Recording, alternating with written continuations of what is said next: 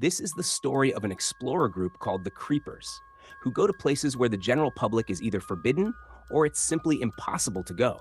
But they go anyway and upload videos and photos of those places to social media so the rest of the public can see them too. In the group, there is the leader Rick, who chooses the locations and prepares the entire plan.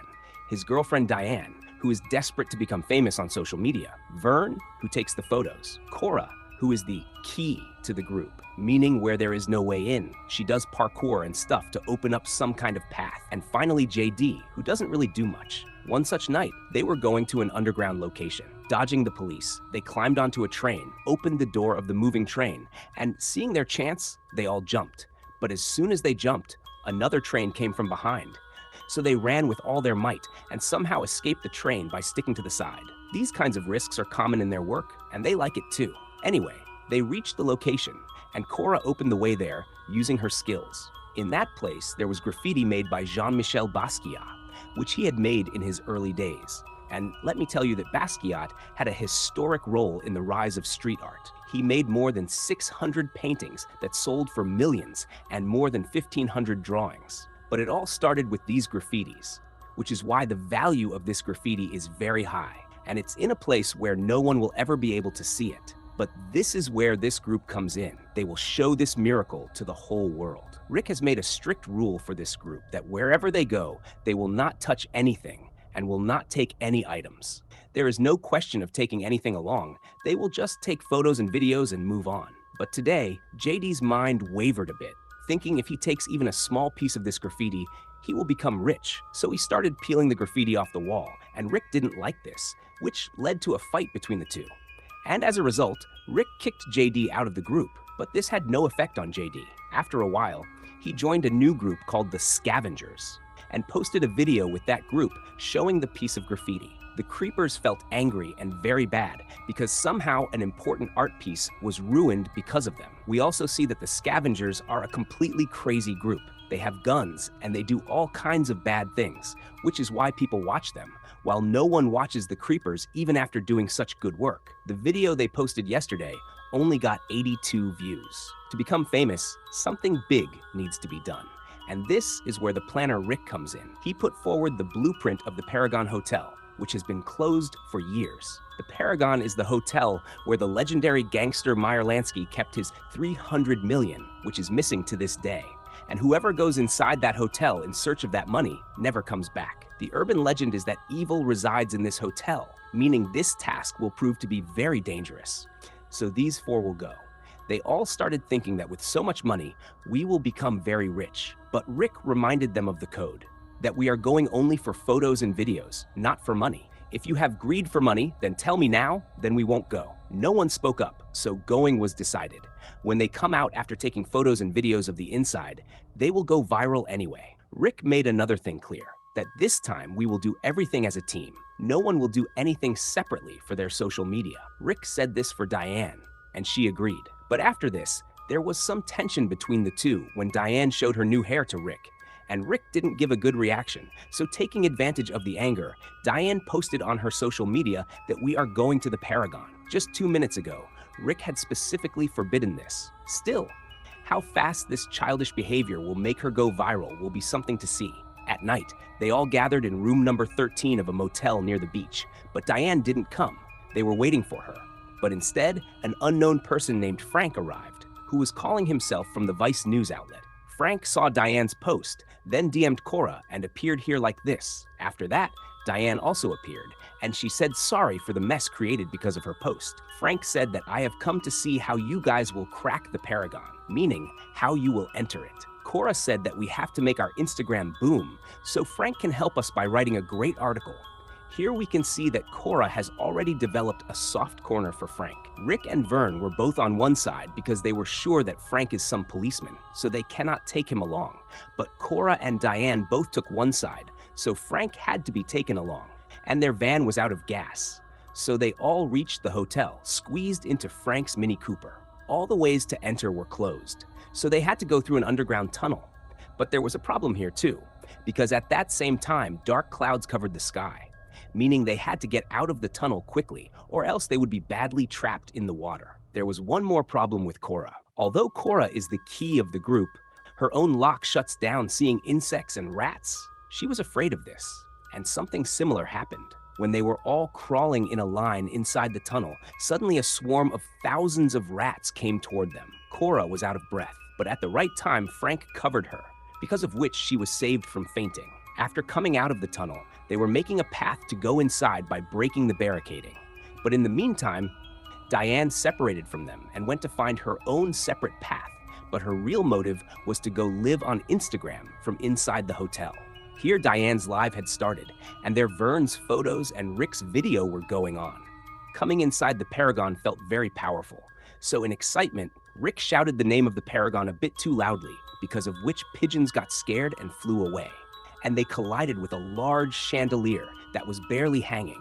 It couldn't even handle a slight jerk and fell straight onto Cora. Cora would have been flattened like paper if she hadn't moved aside using her skills at the right time. If anything had happened to Cora now, everyone's excitement would have ended. Here, Diane reached a hall where a piano was kept, so she started playing the piano in the live. And in between, Rick was calling her, but she was cutting the calls because it would ruin the live. But in an instant, everything went wrong when she heard some sound from above, and that sound was not of rats. That heavy sound was increasing, so Diane started running out of fear, and because she wasn't wearing Paragon slippers, she suddenly fell down. Just then, a pale creature came from behind, whose claw we could only see. It picked Diane up, and all this got recorded on Diane's phone. On the other side, Cora and Frank were talking, where we found out that Frank is married, and he also showed Cora a photo of his wife Amanda, which must have made Cora a bit sad. Vern was taking photos, so he also saw claw marks on the wall and some movement, so he quietly left from there. He went and showed the photo of that claw to the others, so Rick's worry increased even more. Rick was already looking for Diane, but now he put everyone else on the task too. Because as soon as Diane is found, they have to leave the hotel immediately, not explore more than this. Cora and Vern went toward the desk to find some useful key from there, and in between, Cora started making fun of Vern that he got scared seeing the claw marks. She was doing all this near a large statue, which was well covered. Both reached the desk, where Vern found an old newspaper in which the headline was that after the murder of his wife, the owner of the Paragon has gone missing, so now the hotel will be closed. The police haven't said much, but rumors are saying that his wife's chest was ripped open and her heart was taken out. This news is from 1980. Since then, this hotel has been closed. Rick and Frank were also busy searching when suddenly Rick's foot got caught in a bear trap and he got very badly injured. Hearing his scream, Cora and Vern also reached him. He needed medical care urgently, but he refused to go himself until Diane is found. Now something had to be done to manage, so Frank tied a handkerchief over his wound and stuck duct tape over it. Just then, the sound of Diane's phone started coming from above, so the four quickly reached upstairs, and after reaching upstairs, they saw that in the middle there was a big tree on which many phones and cameras were hanging by cables. The gadgets of everyone who came to this hotel till today are hanging right here. Diane's phone was also hanging from that tree, so taking her phone off, they all started watching the last recorded video in which Diane appeared running away from someone. But when that claw scene was about to come, the phone's battery died right at that time. And just then, the same heavy sound was heard again from above. Cora and Vern were saying that we should call the police. But Rick's point was that we don't have enough time to wait for the police to arrive. And Frank also agreed with his point. So the four again got busy searching. But in between, they were attacked by the scavengers, who came to the hotel after seeing Diane's post. JD came forward, so Frank pointed a gun at him, and seeing this, the three on Frank's side were also surprised how he got a gun, meaning Frank is not some news guy. His motive is also something else. Anyway, the leader of the scavengers, Todd, attacked and made Frank drop the gun, and the third member, Mac, picked up that gun. Todd already had a gun. With the help of that gun, he started torturing Cora, and JD couldn't bear to watch all this. But he didn't have enough courage to stop Todd. Frank distracted Todd by telling his motive. Frank told that my wife was a reporter, and she came to this hotel 2 months ago with her photographer to do a story about its owner. But both of them have been missing since then. The police are not doing anything, nor was I able to do anything because I didn't know how to go inside the hotel. Then I saw Diane's post, seeing which a hope arose in me, and I joined this group. We have come inside the hotel, but now I have to find out about my wife. Frank told the whole story, but it didn't make any difference to Todd. He was also annoying Cora, so Cora spat on his face. Then, to wipe the spit, he took out a handkerchief from his pocket, and that handkerchief belonged to Diane. Seeing it, Rick pounced on him, so in return, Todd threw him straight down. Where Rick fell, no one knew because there were big holes between the floors in a straight line, meaning Rick is also gone. No one thought Todd would do something like this, not even JD himself. JD said that this was not in the plan, and as soon as he heard this, Todd gave him a blow too. Todd was saying, "Tell me where the money is, that 300 million. But this is the thing, the money is in the office. The office is marked in the blueprint, and the blueprint was with Rick, whom Todd threw straight down without thinking twice. So now Todd will take everyone down to find Rick's body so he can take the blueprint from him and then flee with the money." When they went down, they saw Rick's body, but there was a big pit in between. So using her parkour skills, Cora crossed that pit, and after crossing, she found out that it was not Rick. It was some old corpse. Rick was not found. So Todd started heading back, taking everyone with him. And so that Cora couldn't come back, he shot and broke the cable. As they moved forward, they heard some sound from a room. They went inside and there was a cupboard in front. And when they opened it, Beth came out of it, the photographer who had come with Frank's wife. But as we can see, she has become very weak. Before Frank could ask her anything, the same sound started coming from above again, hearing which Beth said that he is coming. "You all will die." Hearing this, the scavengers closed the curtains and made the room dark and put on their night vision goggles so that whoever comes, they can grab and kill him in the dark. But they didn't know that a dangerous creature was coming below. The creature silently came and stuck a rod into JD's mouth and pinned him to the wall, and no one even realized it. They found out when it appeared in front. Todd and Max started firing bullets at it, in which Todd's bullets ran out, and amidst the bullets, that creature went back up through the same hole, which is in the middle of the floor. Meaning, those pits are the way for this creature to come and go. Meaning, it will be very difficult to escape from that creature in this hotel. In the time it takes them to reach up or down, it will reach straight through the pits. Anyway, they couldn't do anything to the creature, but of the bullets they fired, a bullet hit Beth's forehead, meaning Frank still didn't find out anything about his wife.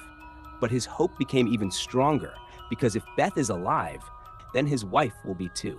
On the other side, we could see that Diane is also still alive. She regained consciousness in such a room where preparation for a satanic ritual was made. Diane tried hard, but even if she wanted to, she couldn't get out of the room. Here, Cora was also finding some way for herself when in a room she found Rick, who was still alive. Both had just met when suddenly that creature reached there, and as soon as it came, Rick hid under the bed and Cora in the cupboard. The creature opened the cupboard, so Cora was hanging above, saving herself, but the creature's attention fell on her.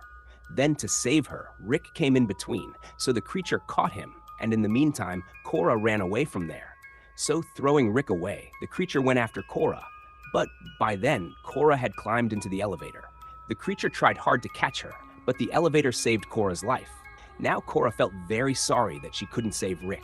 When she reached upstairs, she found the control room, in which the feed of all cameras was running. She saw Diane's room, and in one room, a lady was shown sitting on a chair whose chest was ripped open and her heart was taken out. There were many tapes lying there, among which blood was on one tape. So Cora played that same tape, and from that, Cora got all the answers. So the thing is that the same famous gangster had given the owner of this hotel a satanic book in which there were rituals to gain dark powers. And Diane is reading that same book now. To gain powers, the hotel owner had first performed the transformation ritual in which he himself ripped open his wife's chest and took out her heart and ate it raw. By doing this, he had transformed and become that same pale creature who is still wandering in this hotel today, meaning the hotel owner hadn't gone missing, but is still alive today and is inside his own hotel. It is he who doesn't let anyone go out because he has gained powers now, and he has kept Diane captive for this reason because he will perform another ritual with her, which will make him more powerful. He has kept a wedding dress for Diane. As soon as Diane wears that dress, understand she will be willing because she will wear it of her own will. That creature is not forcing her. Rather, he kept the book in front of her so that she herself can read it and make up her mind to join that ritual. And why chose her specifically? Because the same hunger is inside her to become special from ordinary, according to modern times, to become famous on social media. So once Diane got ready wearing the wedding dress, then the final ritual of the secret soul will happen. The creature and her soul will combine and become one, and that creature will turn into an immortal demon. Then no one will ever be able to stop it. It means that he can be stopped right now. On the other side, Todd and Mac, both wandering, reached the same office where the $300 million were lying. The gangster's body was also lying right there, and his chest was also ripped open and his heart eaten. For now, a rat has made a home in his body. Todd could only see the money, so he started collecting the money. But Mac didn't feel anything was right, so he ran to save his life. And in this process, he got his throat cut by hitting a metal wire. In the meantime, the creature reached Todd and ate his heart too, then reached Diane, where we could see its face clearly for the first time. In the meantime, Vern and Frank had reached near Mac's body, whose heart was taken out. Seeing both of them on camera, Cora started guiding them through the walkie-talkie, and the walkie was found in Mac's bag.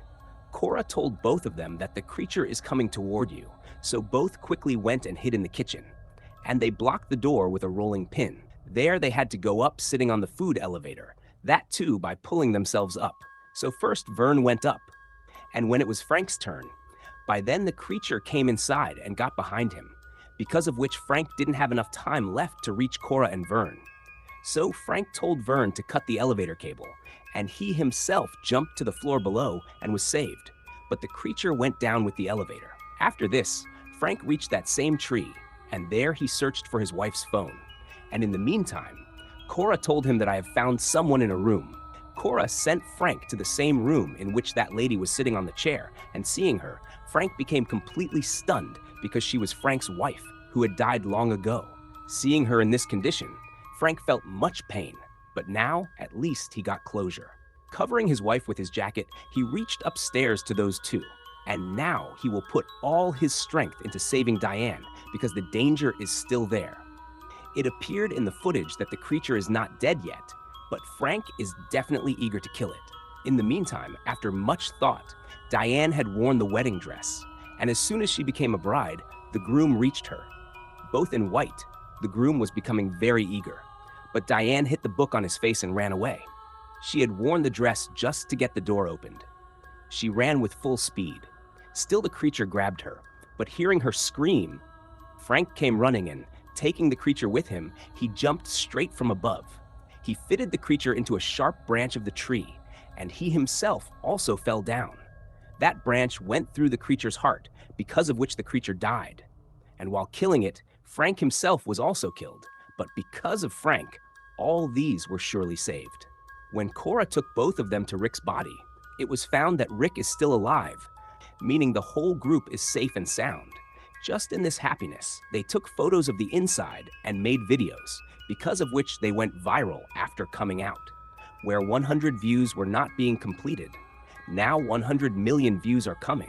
They have become full celebrities. The video of the creature's claw has also gone viral, and everyone is considering it fake.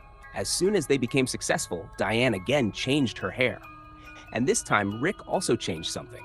Breaking his code, he brought some money from inside, with which these four will now live a life of luxury. And with this movie ends.